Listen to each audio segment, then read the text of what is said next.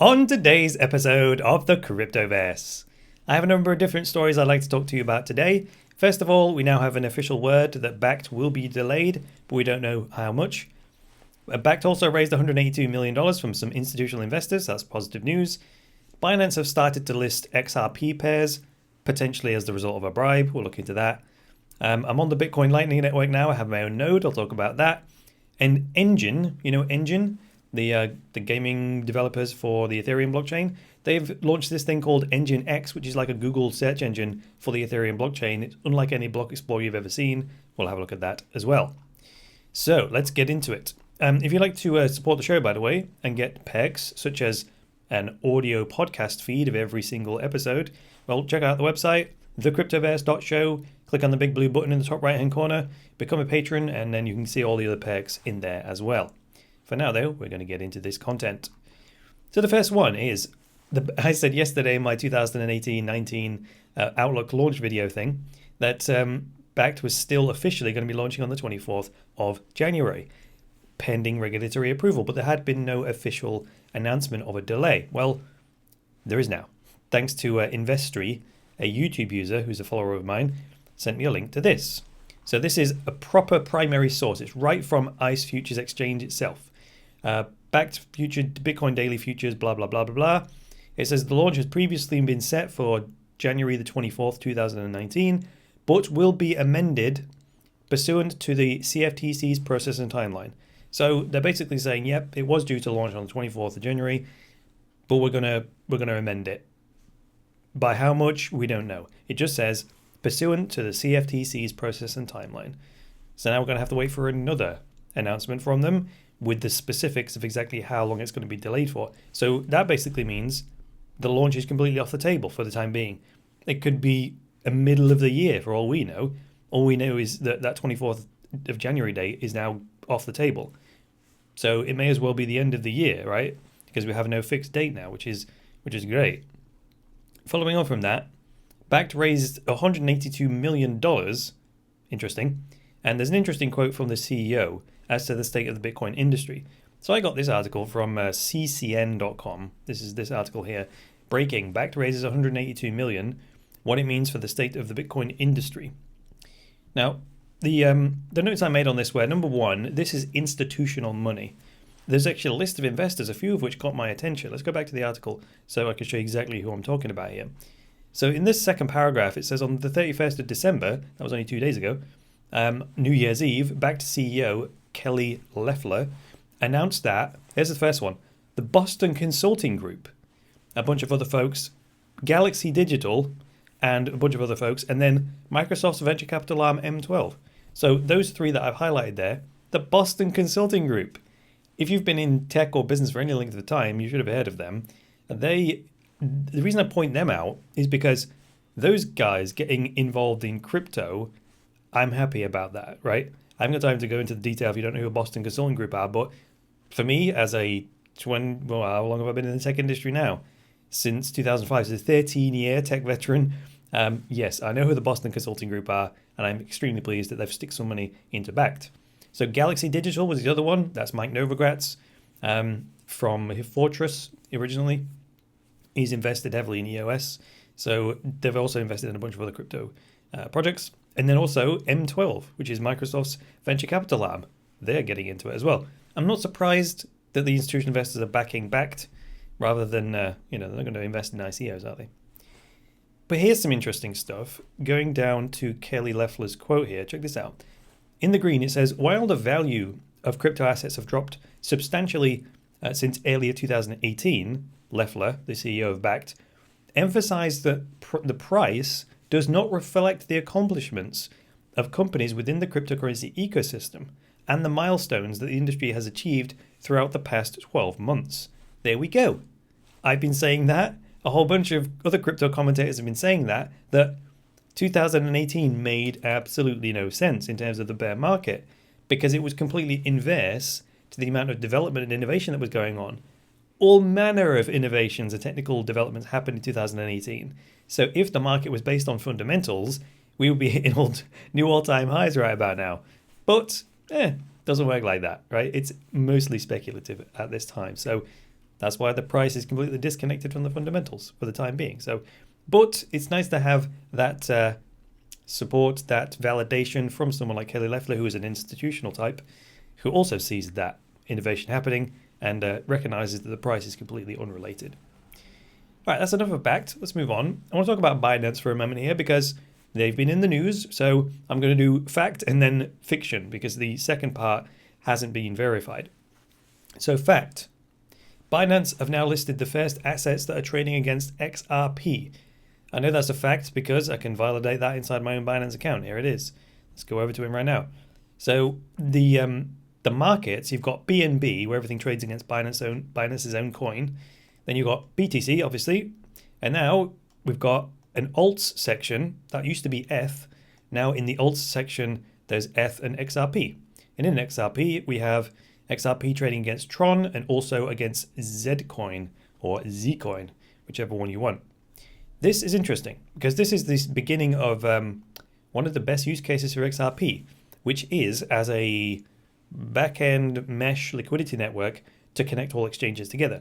Because of the speed with which the XRP network runs, well, this is interesting. You could move your XRP quickly between exchanges, couldn't you? So that's arbitrage opportunities. That's all manner of different things.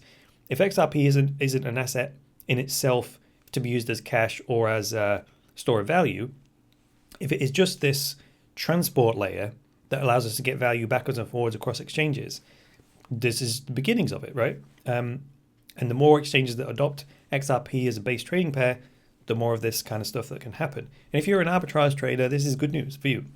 And actually create more arbitrage opportunities and make that whole job easier. So that's the fact. We can verify it because it's right there on Binance. Now, speculation. Binance took a bribe from Ripple to do this. Okay, so this comes from this long article from Trust Nodes where they say Binance has been accused of taking bribes from Ripple after renaming the ETH markets to alts. Well, they didn't really rename it, as we just saw. They said they're running out of space in the user interface. As we saw, let's just go back to it real quick here. So this, rather than redesigning this whole thing, there is only so much space here on this main menu. And there's enough for 4 buttons, BNB, BTC, now alts, which is a drop down, and then the USD markets, which is Paxos, it's True USD, Circle Dollar, and then Tether. And they're drop down. So you can select any one of them you want. It's just a menu button. The fact that ETH is now in the sub menu of alts, it's technically BNB should be in there because that's an altcoin in my view. It's just because it's Binance's coin. They're giving it pride of place there.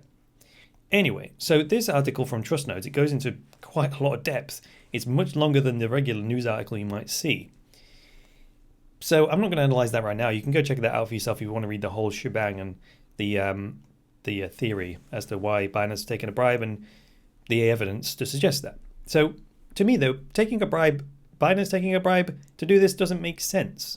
It doesn't make sense to me. If I just think independently about this, I think, well, Binance don't need to do that. They're already the leading cryptocurrency exchange, right? And on the basis of trust and on the basis that they've consistently thwarted hacks, they've consistently made sure your funds are safe, right? All that. So I just don't, it's just they've got a lot to lose is my only thought. So that's on the one side. That's what my optimistic side says. On the other side, I think, well, perhaps the success has gone to their head. Perhaps they're now, they've lost their minds and taking massive, quote, listing fees, which they say supposedly all now go to charity. But, just read the Trust Nodes article and you'll see the evidence. I'm not going to mention it on the show, otherwise I'll get murdered. But anyway, the bottom line here for me is why would Binance take the risk of losing their leadership position if someone finds out and proves that they have taken a bribe from Ripple to list XRP markets? The damage to the brand, that's just going to cost them long term, isn't it? So let me know what you think to this story down in the comments below. All right, onto the Bitcoin Lightning Network. I now have my own Bitcoin Lightning node due to popular demand from you folks.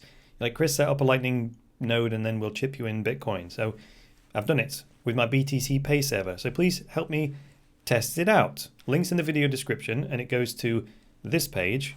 This is a point of sale system in my BTC Pay server, which has a custom amount. So you can just type in any amount you want if I just type in 50 cents, then you click donate, it'll generate a Bitcoin invoice for you. And once it's done that, you'll get to select which crypto you want to pay it in. So at the top here it says pay with BTC. If you leave it on that, that's just a mainnet Bitcoin transaction. If you click on it though, you'll get Litecoin, mainnet on-chain transaction, but you also get Bitcoin Lightning. So if you click on Bitcoin Lightning, it creates a Lightning QR code, and you can get all the node information from here as well. And then you can send the old Lightning payment over. So no one's done that yet. I just want to see how it works, because I can see all of the stuff in my dashboard.